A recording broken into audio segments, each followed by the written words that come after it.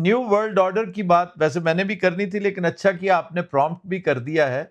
आप ये जो तगय्युरात हो रहे हैं, जो चेंजेस हो रही हैं सुबह शाम के हिसाब से, मामलात जिस तरह एक ज़माना था स्टॉक मार्केट जो भयानक अंदाज में फ्लक्चुएट करती थी, तो हमारी पॉलिटिकल स्टॉक मार्केट जो है पूरी दुनिया की, पूरी ग्लोब की बात कर रहा हूँ, वो फ्लक्चुएट कर रही है। तो इसमें क्या कुछ इवॉल्व होता देख रहे हैं आप पॉलिटिकली? देखिए, इसमें ज़्यादातर लोग जब से ट्रम्प प्रेसिडेंट बने हैं, तो एक जो इन्होंने टैरिफ्स लगाए, वो एक बहुत बड़ा इवेंट था कि पूरी दुनिया में इकोनॉमिक को एग्जिस्टेंस के जो साल थे 20-30 साल, वो ख़त्म हो के अब जो है एक ओह! राइवलरी में बदल गए हैं। लेकिन मेरे हिसाब से जी, जी। उससे भी बड़ा इवेंट था 2022 का, और उस वक़्त ट्रम्प नहीं होते थे, जो बाइडन होते थे। जब रशिया ठीक। ने यूक्रेन पे अटैक किया, तो अमेरिका ने अपनी पावर यूज़ करते हुए उन पे सैंक्शंस भी लगाए, और शायद पहली दफ़ा किसी बड़े मुल्क के, किसी बड़े सुपर पावर मुल्क के, जो उन्होंने डॉलर में इन्वेस्टमेंट की हुई थी, अमेरिका के बॉन्ड्स खरीदे हुए थे, यानी कि अमेरिका को एक तरह से जो एक मुल्क के पास रिजर्व्स होते हैं, उन्होंने अमेरिका को कर्जा दिया हुआ था, उन्होंने वो फ्रीज़ कर दिए कि अब ये डॉलर्स आपने जो हमारा आपके वादा था कि हम आपको वापस करेंगे, अब आप वो इस्तेमाल नहीं कर सकते। ये बहुत बड़ा इवेंट था, बहुत लोगों ने इसको मिस किया। सब जो है ऑयल शॉक, जो उसकी वजह से ऑयल महंगा हुआ, उस पर चले गए। लेकिन ये इतना बड़ा इवेंट था कि इससे रशिया ने कहा, अब मेरे पास जो सेंट्रल बैंक के रिजर्व्स हैं, मैं उसको डॉलर में अगर रखूँगा तो ये कौन सी जो है अक्लमंदी है, ये लोग तो फ्रीज़ कर देते हैं। अमेरिका ने शायद वो 1960s के बाद पहली दफ़ा अपना वो फाइनेंशियल वादा जो था वो तोड़ा।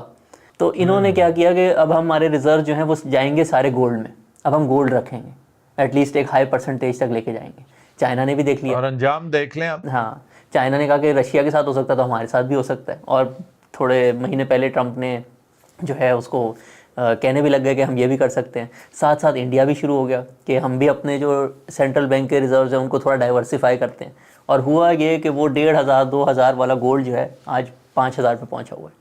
ये सबसे बड़ा जो है ना जी, न्यू जी। वर्ल्ड ऑर्डर का जो फाइनेंशियल इम्पैक्ट है, वो ये है कि अमेरिका ने जो एक कॉन्फिडेंस पूरा बिल्ड किया था वर्ल्ड वॉर 2 के बाद अपने डॉलर में, वो उसने खुद ही तोड़ दिया। और कोई जो है अब अमेरिका को एक रिलायबल पार्टनर नहीं समझता फाइनेंशियल सिस्टम में।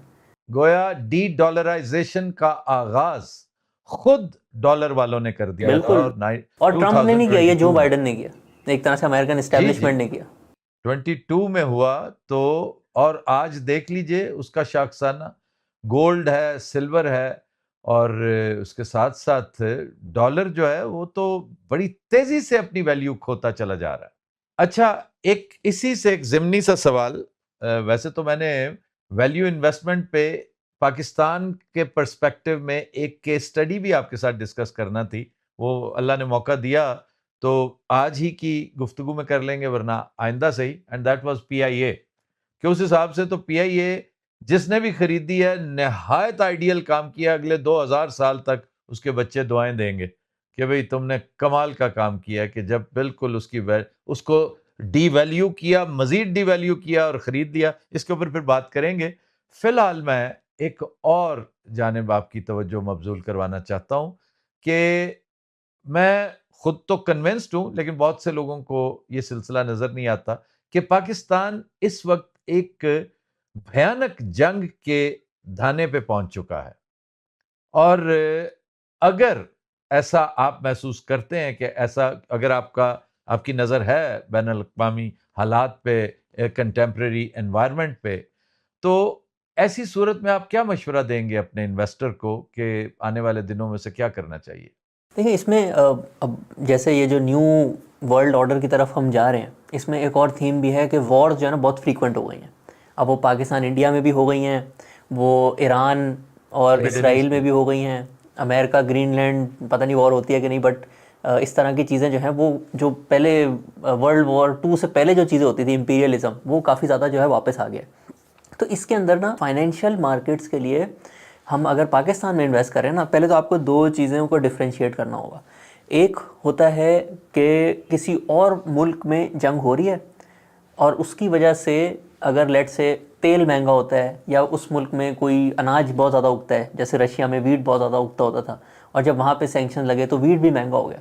तो आपने अगर, तो पाकिस्तान में जंग नहीं हो रही, तो आपने देखना है कि उस जंग की वजह से कोई ऐसी चीज़ जो पाकिस्तान मंगाता है, अगर वो बहुत महंगी हो जाएगी तो वो पाकिस्तान के लिए बुरा है। तो ये जब भी ईरान के साथ जो है कोई इसराइल के साथ कॉन्फ्लिक्ट होती है तो लोग सोचते हैं कि ईरान के अंदर जो तेल की प्रोडक्शन हो रही है वो जंग की वजह से कम हो जाएगी और ऑयल महंगा हो जाता है, तो वो पाकिस्तान के लिए एक बुरी चीज़ होती है। तो अगर तो आपके अपने मुल्क में जंग नहीं हो रही, फिर आपने सिर्फ आपके जो इंपोर्ट एक्सपोर्ट है उनको फॉलो करना होता है कि उधर आपको फ़ायदा हो रहा है या नुकसान हो रहा है। जैसे अभी अमेरिका ने वेनेजुएला को जब कैप्चर किया तो उसमें एक तरह से वो पॉजिटिव चीज़ है, क्योंकि वहाँ पिछले सालों में ऑयल की प्रोडक्शन बहुत ज़्यादा कम हो गई थी। तो अब ये इन्होंने रुझान बनाया है कि अमेरिकन कंपनीज़ वहाँ पे जाके इन्वेस्ट करेंगी और ऑयल की सप्लाई बढ़ेगी, तो वो पाकिस्तान के लिए पॉजिटिव है। हालांकि सोचें तो वो जो आम बंदा सोचेगा कहेगा ये तो बिल्कुल सिमिलर है जैसे इजराइल ने ईरान पे अटैक किया था, लेकिन जब उसके पीछे जाके देखते हैं जो जो कमोडिटी अफेक्ट हो रही होती है उसका अफेक्ट डिफरेंट हो जाता है। और अगर पाकिस्तान में डायरेक्ट जंग होती है जैसे इंडिया के साथ हुई थी मई 2025 में, ये मैं पूछ रहा हूँ, हाँ, उसके अंदर तो फिर आपका एक तरह से हम जब एक बिज़नेस को वैल्यू कर रहे होते हैं तो जंग में तो कोई भी बिज़नेस डिस्ट्रॉय हो सकता है, कोई भी चीज़ जो है उस पर कुछ भी गिर जाए और आप जो है एक क्राइसिस पे आ जाते हैं, लोग चीज़ें बेच के सेफ्टी की तरफ जा रहे होते हैं। उसमें हम लोग भी बिल्कुल रेकमेंड करते हैं कभी ऐसी कोई सूरत हाल हो तो आपको, बहुत सारे लोग वो जैसे कहते हैं कि नहीं ये जंग ही टाइम होती है ख़रीदने का, लेकिन ऐसा नहीं होता। आपको थोड़ा सा वेट करना चाहिए, क्लैरिटी का वेट करना चाहिए। कभी कभी 2-3 हफ्ते की अनसर्टेनिटी जो है महीनों में भी बदल जाती है। 1999 की कारगिल ऑलमोस्ट 3 से 4 महीने चली थी, उसमें अगर आप स्टॉक मार्केट को भी देखेंगे तो वो बहुत लंबा अरसा हो जाता है।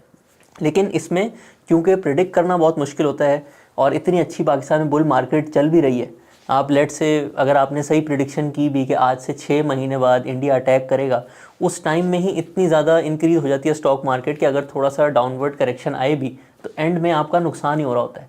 इसमें हम ये सबको सजेस्ट करते हैं कि जहाँ कोई इवेंट, देखिए जंग जो है ना रातों रात नहीं शुरू होती। जो मई वाली भी थी ना उसमें पहले पहलगाम होता है, कोई ऐसा एक छोटा इंसिडेंट होता है जो कि वॉर में कन्वर्ट हो सकता है। आप उस पर नज़र रखें ज़रूर। अगर ऐसा कोई इवेंट हो और जुमलेबाजी शुरू हो जाए, स्टेटमेंट्स आनी शुरू हो जाएं जिसका जो है जिसकी बेसिस पे एक जंग स्टार्ट हो सकती है, उस टाइम पे आपने बहुत ज़्यादा अटेंटिव रहना है। हमने भी जब मई में ये इंसिडेंट हुआ था, मुझे याद है जिस दिन लाहौर में शुरू में ड्रोन्स आने लग गए थे, तो उस दिन सुबह हम लोगों ने सबको कहा कि नहीं आपको थोड़ा सा सेफ़ रहना चाहिए। अगर इस टाइम पे कोई हमें नुकसान हो भी गया, जैसे फिर जब स्टॉक मार्केट खुली थी बहुत ज़्यादा बढ़ गई थी, तो हमने कहा इस टाइम पे सेफ्टी ज़रूरी है। हम जो है और पूरे साल में जो दिन हैं उसमें एक्स्ट्रा रिटर्न कमा लेंगे, लेकिन आज के हिसाब से आपको थोड़ा सा सेफ़ खेलना चाहिए। और ऐसा ही हुआ 2025 अभी जैसे ख़त्म हुआ है, वहाँ पे स्टॉक मार्केट का जो इंडेक्स है 100 इंडेक्स, उसने तकरीबन 51% प्रॉफिट दिया था। और हम लोग जैसे अपनी एडवाइजरी सर्विस में एडवाइस करते हैं तो हमारा प्रॉफिट 69 से 70% था। इवन दो वो जो जंग वाले दिन थे उसमें हम जब सेफ्टी में गए तो हमें थोड़ा बहुत नुकसान हुआ, लेकिन बेस्ट स्ट्रेटजी यही होती है कि एक तो आप अलर्ट रहे, कोई भी अगर ऐसा इंसिडेंट हो जिसके आगे जाके जंग में वो तब्दील हो सकता है, उस टाइम पे थोड़ा सा सेफ हो जाए और बहुत ज़्यादा लेट मत करें उस टाइम पे। जरा एक्सप्लेन करें कि सेफ हो जाए, क्या मतलब है? सेलिंग शुरू कर दें? हाँ, सेफ हो जाने का मतलब है कि अगर किसी के पास 100 रुपये की सेविंग है, उसने अगर 60 रुपये लगाए हुए थे स्टॉक मार्केट में, तो वो उसको थोड़े दिन के लिए 30 रुपये 40 रुपये पे ले आए। ये है कि सेफ्टी अपनी थोड़ी सी जो है इन्वेस्टमेंट कम कर दें, क्योंकि अगर कोई भी ये जंग 2-3 महीने चलने लग जाए तो फिर बहुत ज़्यादा ब्लड बात हो जाता है। और जैसे ही ये चीज़ें क्लियर हों फिर आपको फिर से इन्वेस्ट कर लेना चाहिए।